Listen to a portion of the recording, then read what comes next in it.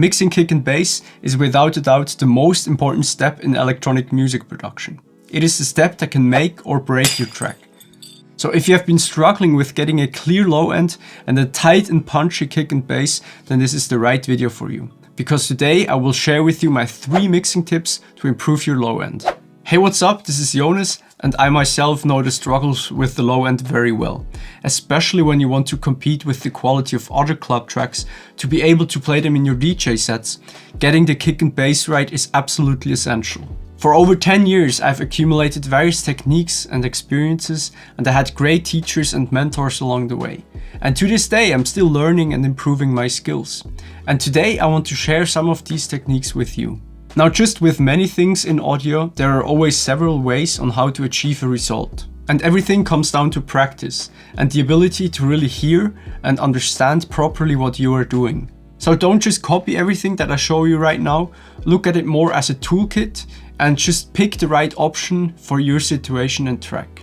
So let's get into it, and let me share with you my first tip, which is to control the dynamics of your bass. So here we have a kick and this kind of walking bass.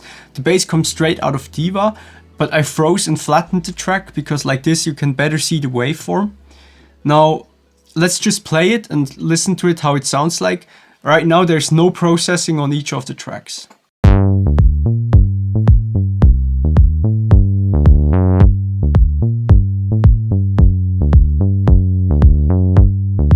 So as you can hear, the bass is very attacky and also quite variable in dynamics. On some parts the filter opens up a little bit, which makes these parts a little bit louder than on other parts. Now the first thing that I want to do is to control the overall volume of the bass so it gets a bit more even. So I will do that with the Ableton compressor. Now setting the compressor really requires a lot of practice, and it really heavily depends on the bass that you are using. So as I said, this bass is really attacky, and I want to make sure that I can keep this character. So I will choose a rather slow attack time and a quicker release time. And the ratio I just leave at 4 for now. And now let's dial down the threshold and listen how it sounds like.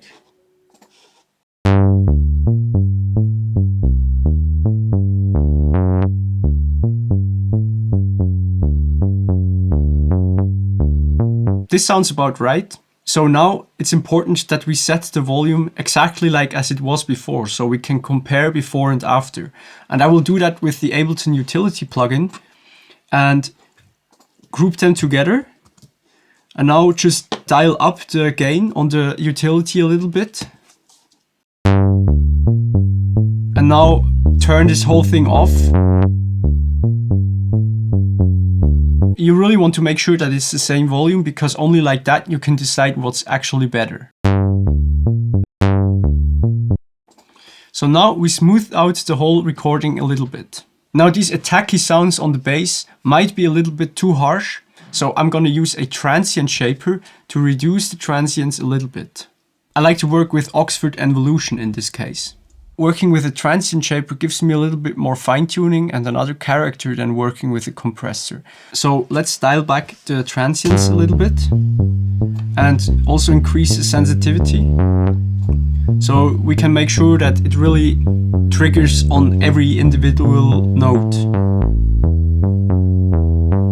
Now you want to do this only very subtle, because all the different parts that I'm now doing will add up to what I actually want to achieve. Now let's also put the evolution inside of this group so we can turn on and off the whole thing and compare it better.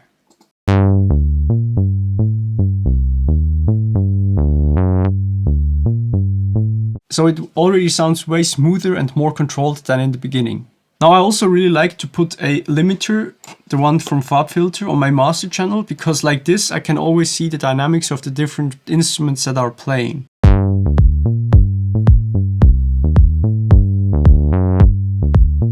So as you can see, when the kick and the bass are playing together, we have this slight increase in volume.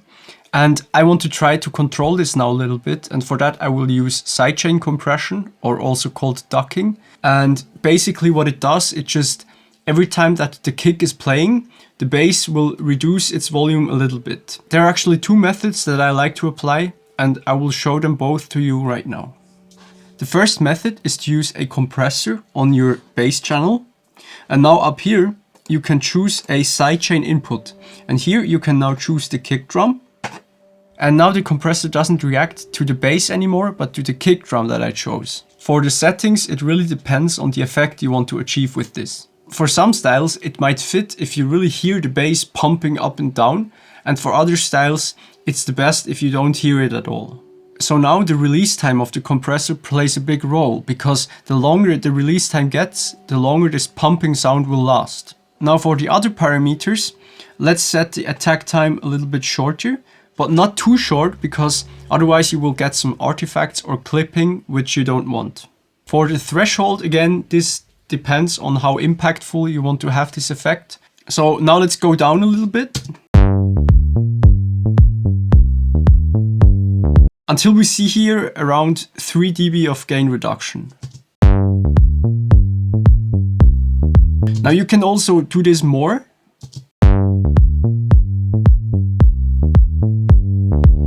But that's when you really get that pumping effect. And I don't want that right now. I really want to only make space for the kick drum and don't really want to use it as a sound design effect. So I will just dial it back a little bit. That sounds about right. Now the second method that I already mentioned is to use a volume shaper tool. Now there are different plugins that you can use for this case. For example, there is the Shaper Box by Cable Guys, but I personally really just use the LFO tool by Xfair, which I think suits perfect for this case. So let's load now the LFO tool onto the bass track. This is how it looks like.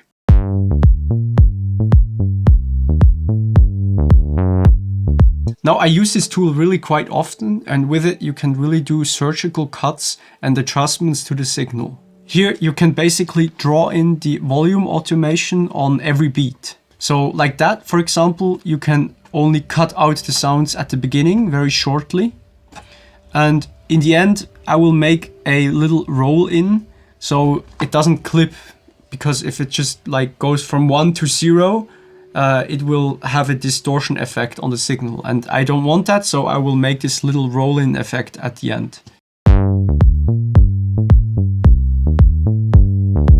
And like that, the sound of the bass gets cut only very little at the beginning of every beat. And this just leaves a little bit more space and room for the kick drum, and especially for the beginning transient of the kick drum. Now you can also use the sidechain compression and the LFO tool together. I often do that, and I think they complement each other quite nicely. Now I'm just gonna put everything into this group again, so we can turn on and off everything that we've made so far. This is how it sounds like now.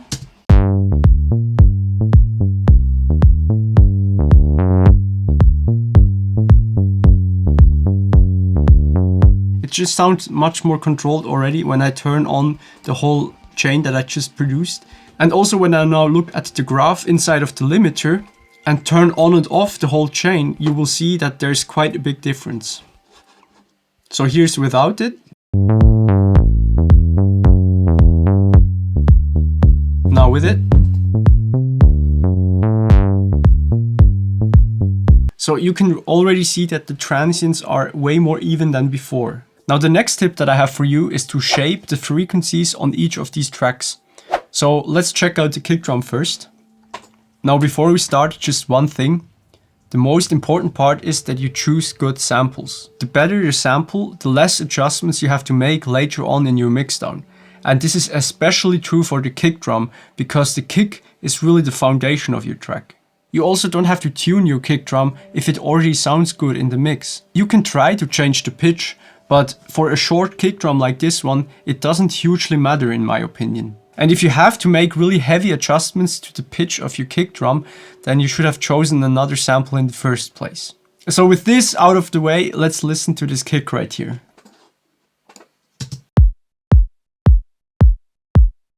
What a lot of kick drums have in common is that they sound a little bit boxy, especially in the area around 300 to 500 Hertz. So let's just use an EQ and make a dip around 300 Hertz.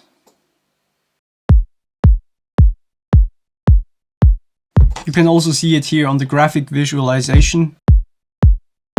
And when I solo this frequency, this is exactly that boxy characteristic that I want to reduce a little bit. So in this case, I'm just gonna make this little dip right here, but as I said, only a very little bit.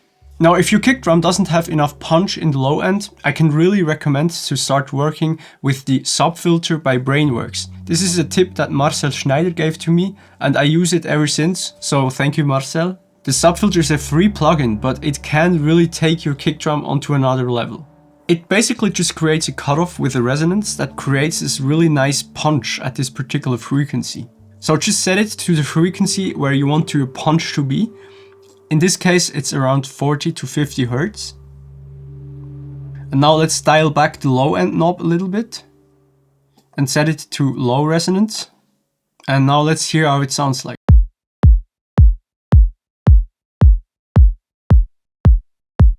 Maybe also to the high resonance.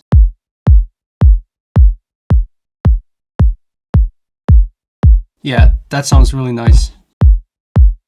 I will just add the utility plugin again to take off some of the volume, because this subfilter also makes everything a little bit louder. I could have used also the gain out, but I'm just really used to using the utility plugin after every plugin that I use almost. Now on the bass, I will also make a slight dip around 300 Hertz, because that's mostly where something gets perceived as muddy. I have to say though that you can only start to hear if this works if you hear it with other instruments, because that's also a frequency range where other instruments will play. And if this dip is necessary, I can't really say right now, because at the moment I only have kick and bass playing. Now I'm also gonna add a little boost with a shelving filter in the low end.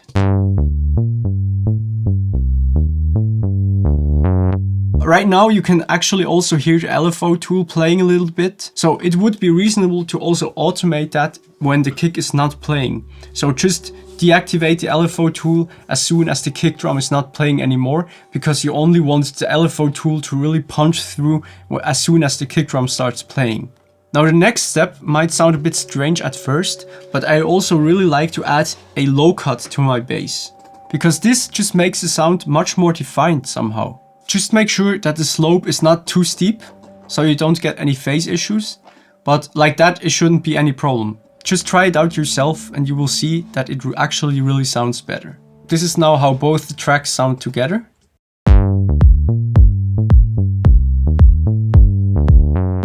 Now the next tip that I have for you is to add saturation. This is especially great if your bass just doesn't really cut through the mix and you cannot hear it on smaller speakers. In this case, it is really great to use saturation to create these harmonic overtones. So on the bass, just try out the saturator plugin by Ableton. Now on the saturator, you just have to turn up this drive knob a little bit. And then turn out the output volume again a little bit.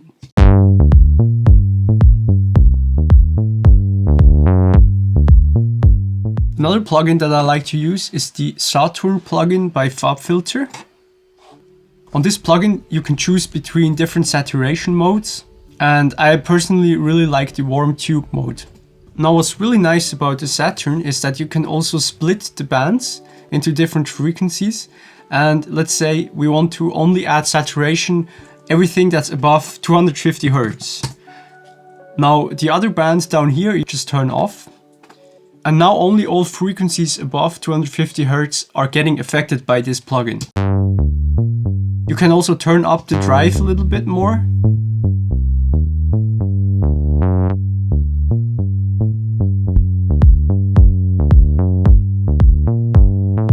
Now what I have to say though is that the Saturn sometimes creates some strange things in the low end where you didn't have any energy before. So I just want to say that you have to be a bit careful with it, and also always just check it again with an equalizer. So let's just put it on the back here, because I already have a low cut going on this Pro Q3 right here. So like this I can make sure that we don't have any rumble going on.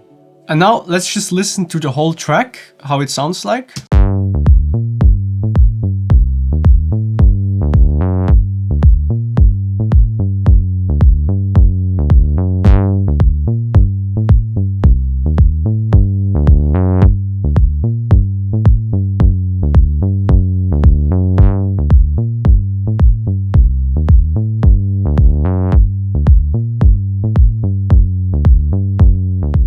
So as you can hear now, everything became a little bit more punchy and also just a bit more glued together and balanced overall. And when you now look at the FabFilter limiter, you will see that there's far less spikes going on and everything is just a bit more trimmed. Now this is important because like this you can increase the volume of your whole track without causing any distortion. I do this every now and then, just add a limiter to your master channel and start increasing the volume. This way you will be able to see and hear where your track still struggles the most and where you maybe have to spend some more time mixing. So these were already my 3 tips on mixing kick and bass. Dynamics, frequency, saturation. Easy to remember. If you enjoyed this video, make sure to leave a like and also don't forget to subscribe to my channel, because like that you will not miss any mixing tips like this in the future. Here's a video you might like, where I talk all about different ways on how to make your mixes sound wider. So see you on the next one. Thanks for watching.